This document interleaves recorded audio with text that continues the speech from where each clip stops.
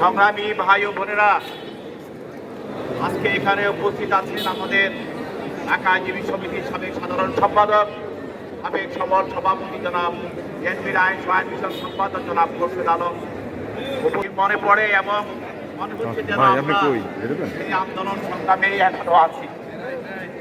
আমি বলতে চাই যে আপনাদের এই দীর্ঘদিনের ত্যাগ ভিত্তিক আন্দোলন এবং আপনাদের স্লোগানের মধ্যে দিয়ে এবং বৈষম্য বিরোধী এই আন্দোলন ছাত্র জনতা এবং বিভিন্ন রাজনৈতিক দলের সমন্বয়ে যে আমাদের প্রথম আন্দোলন ফ্যাসিস্ট হাসিনাকে আমরা দেশ থেকে তাড়াতে বাধ্য করেছি। আমাদের প্রথম আন্দোলন আমরা জিতেছি।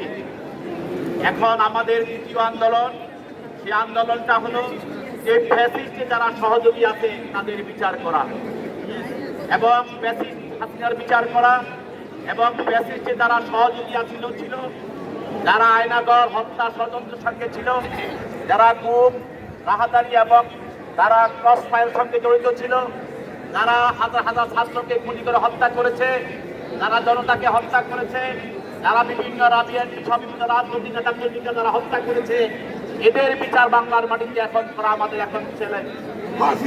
এবং আজকে আপনারা দেখছেন যে বিভিন্ন জায়গায় আজকে সে শহীদ স্বৈরাচারের সহযোগীরা আদালতে এবং বিভিন্ন জায়গায় আজকে তারা মুখ পেতে বিভিন্ন আন্দোলন সংগ্রামের সঙ্গে জড়িত হয়ে বিভিন্নভাবে আজকে তারা সেই স্বৈরাচারের ফ্যাসিস্ট হাসিনার পক্ষে তারা কাজ করছে।